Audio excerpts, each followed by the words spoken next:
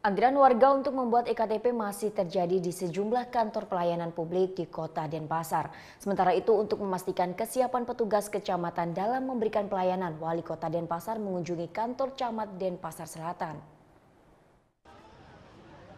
Antrian warga untuk membuat EKTP masih terjadi pada Senin pagi di sejumlah kantor pelayanan publik di Kota Denpasar. Antusias warga untuk mengurus EKTP belum surut sejak minggu lalu. Untuk memastikan proses pelayanan EKTP berlangsung lancar, Wali Kota Denpasar Rai Mantre melakukan kunjungan ke salah satu kantor pelayanan pembuatan EKTP. Kantor Camat Denpasar Selatan ini merupakan salah satu kantor yang tetap buka di akhir pekan kemarin. Dalam kunjungan ini, Rai Mantre ingin agar pihak kecamatan menurunkan petugas khusus yang memberikan informasi agar proses pembuatan EKTP bisa lebih cepat. Apalagi sekarang sudah 30 September ini tidak akan menjadi batas sanksi ya.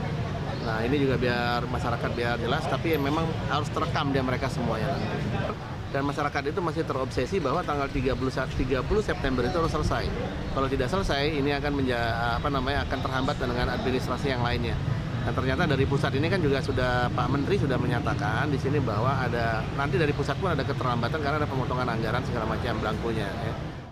Sementara terkait ketersediaan belangko EKTP, Kepala Dinas Kependudukan dan Catatan Sipil memastikan masih mencukupi hingga akhir September nanti. Kalau belangko seperti yang saya katakan tadi untuk print out 31 September sudah aman.